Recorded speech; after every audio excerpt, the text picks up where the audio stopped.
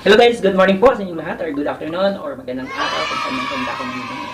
So guys, ngayon po, papakita ko sa iyo kung ano ang karaniwang ginagawa ng isang OFW po pag nagpapadala ng balikbayan box kung tawagin po nila. So guys, tulungan niyo ako kasi mag-i-impake ako ng mga bagay-bagay, mga gamit ipapadala sa Pilipinas. So tara guys, i-impakihin na natin ito. Ayan. So actually guys, may mga gamit na dito sa loob ng karton. Ayan. So, ayan.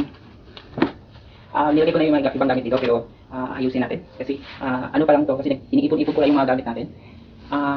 Mga isang taong pag-iipon po. Kumbaga kung may mga sale, so ayan, bumibili tayo. Tapos kung may mga murang mga bagay-bagay na nakikita natin sa mga binibili na kailangan naman doon sa Pilipinas. So, ito po yung mga pinamili ko po. Ayan.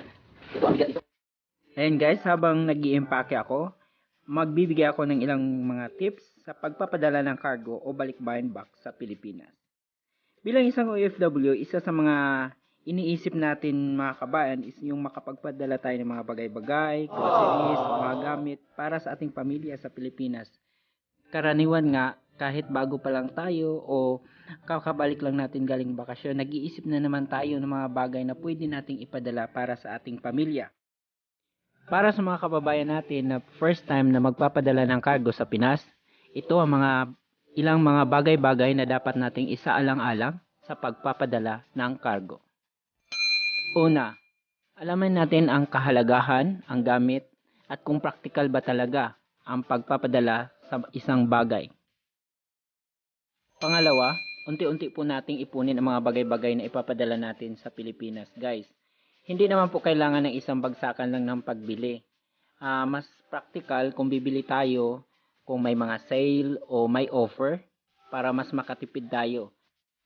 Sa pagbili ng mga groceries, dapat po alamin natin parati ang expiration dates ng mga to para hindi po masayang. At laging tandaan, huwag po tayong magpapadala ng perishable goods kasi mabubulok lang yan mga kabayan bago makarating sa Pilipinas.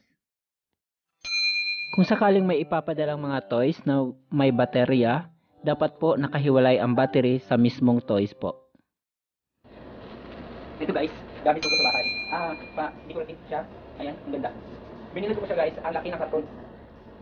Pero since nagtitipid tayo ng espasyo sa pagbabagahe, kailangan natin i-remove yung karton na yun para magkasya na po siya sa matipid po at saka kumaga hindi siya kakain ng space sa loob ng bagahe natin. So, yung karton na yun, pinapol ko na kaya dito na po ang natira. Yan, pangbahay yan. So, ang gagawin ko lang guys is, halimbawa ito, may kumot diba? Babagahin ko rin ito. Para may silbi siya, ito gagawin ko cover dito sa bagay na to. Para hindi siya makakause ng makadamage ng mga babasagin kasi may gagawin din po kung babasagin ito. So, kung may mga maliliit na bagay-bagay, pwede natin ipasok yan dito. Ayan.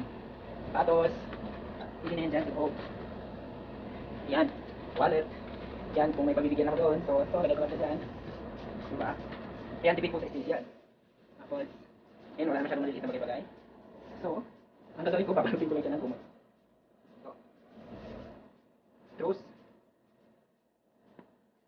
Sa pagbabagahe guys, hindi naman masyadong importante na kailangan maganda yung pagkapasok mo. Ang importante, yan, safe yung gamit na ipapasok mo sa bagahe. Yan. At importante na 60 degree po. Ayan. So, okay na yan. Papasok natin.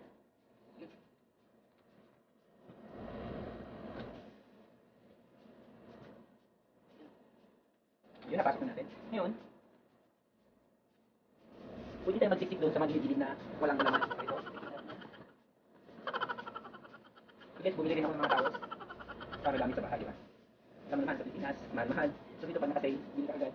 Diba? Yan, ibagahin natin. Yun, kasya. So ito, lalagay ko lang siya sa ilalim para kumaga protection kasi maglalagay ako. Susunod akong glass. So ito, lalagay natin dyan sa ilalim para malambot lang siya. Guys, nakakapagod ko talaga nakakapagod mag-impake pero habang nag-impake ka masaya ka kasi alam mo, makakapagbigay ka dun sa mga kamag-anak mo, mga kapatid mo, at syempre sa pamilya mo, di ba? Yun yung yun yung napapaligaya sa isang OFW. Ayan. Kaya kahit pagod ka guys, habang nag-impake, hindi mo masyadong mararamdaman kasi masaya ka habang nag-impake. Actually guys, yung first carton ko na in-impake is gamit po ito sa sarili kong bahay. Kasi nag-bahay ako dun sa Cavite. So, namili ako ng mga kunting-kunting mga bagay para, ayun, magkalaman naman yung bahay ko. So, ayan, may unan. Medyo na-attract lang ako sa design, so kaya binili ko siya. Ayan, palagay ko sa sofa guys. So, link ko na lang yan. So, halimbawa ito guys, yan, kagaya itong bagahe. So, ipapasok natin yan, sobrang laki ko. Diba? So, gagawin natin. Ayan. Tatanggalin natin siya sa sarili niyang karton. Yun. Ayan, natanggal na siya sa sarili ng karton. Para lumiit po siya guys. Hindi siya makakain ng malaking space sa loob ng isang malaking box. So, since natanggal na natin to, para magiging safe siya guys, lagyan natin ng box. Ayan. Para safety yung gamit natin. Ayan po.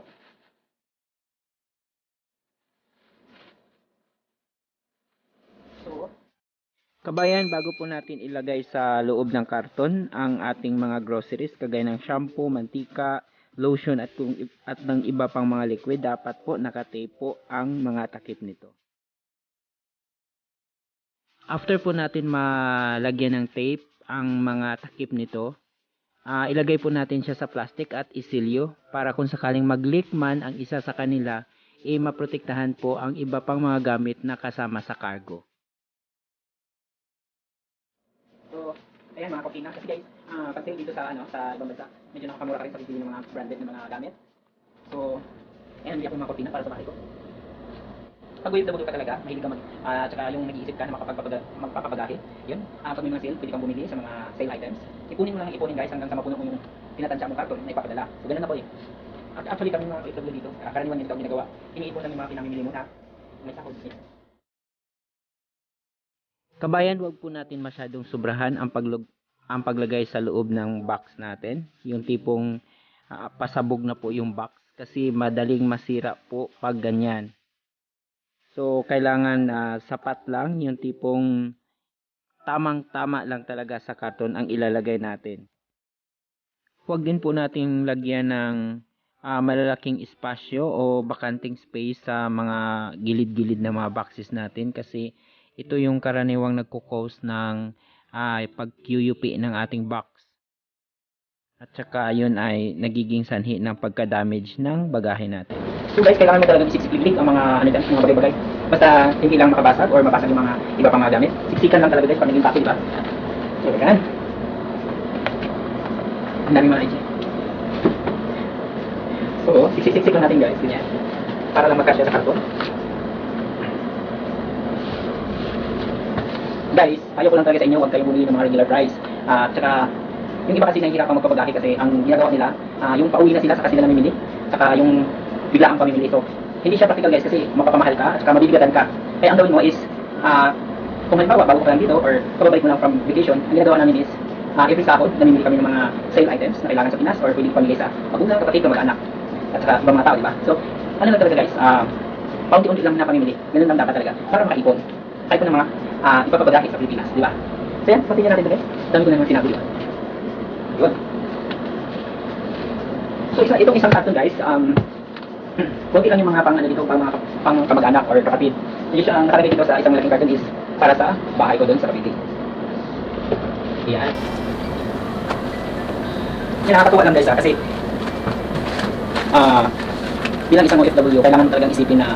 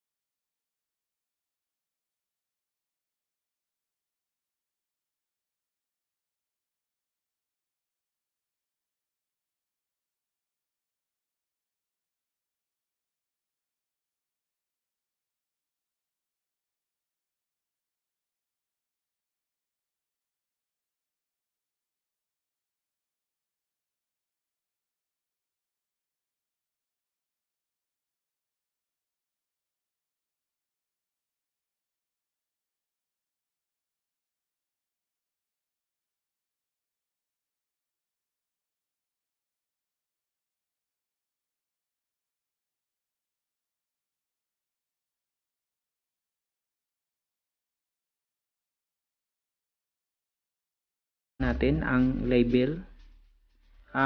Sa paglalagay po ng label, huwag po kalimutan ang name ang address, ang mobile number, at saka yung ibang shipping company po ay nagre-require po ng sketch, lalo na kung papasok o medyo malayo po ang pagdidelivera ng cargo doon sa Pilipinas. So pagkatapos nating mag-impake o mabalot na ang ating mga cargo, pumili na tayo ng reliable na forwarding o shipping company para tawagan natin ito at ipa-schedule na kung kailan pipick upin ang ating cargo. Kung halimbawa mga kabayan, pipick upin na po ang mga boxes mo, huwag po kalimutang sabihan ang mag-pick up na palagyan ng fragile ang bawat karton para mas lalong safe ito. I-declare din po natin ng maayos ang ating bagahe or ang laman ng ating bagahe for insurance purposes para kung sakaling magkaaberya, may laban ka. At higit po sa lahat, huwag kalimutang humingi ng resibo. Ayun guys, so tapos din tayo sa mag-impact natin. Yan.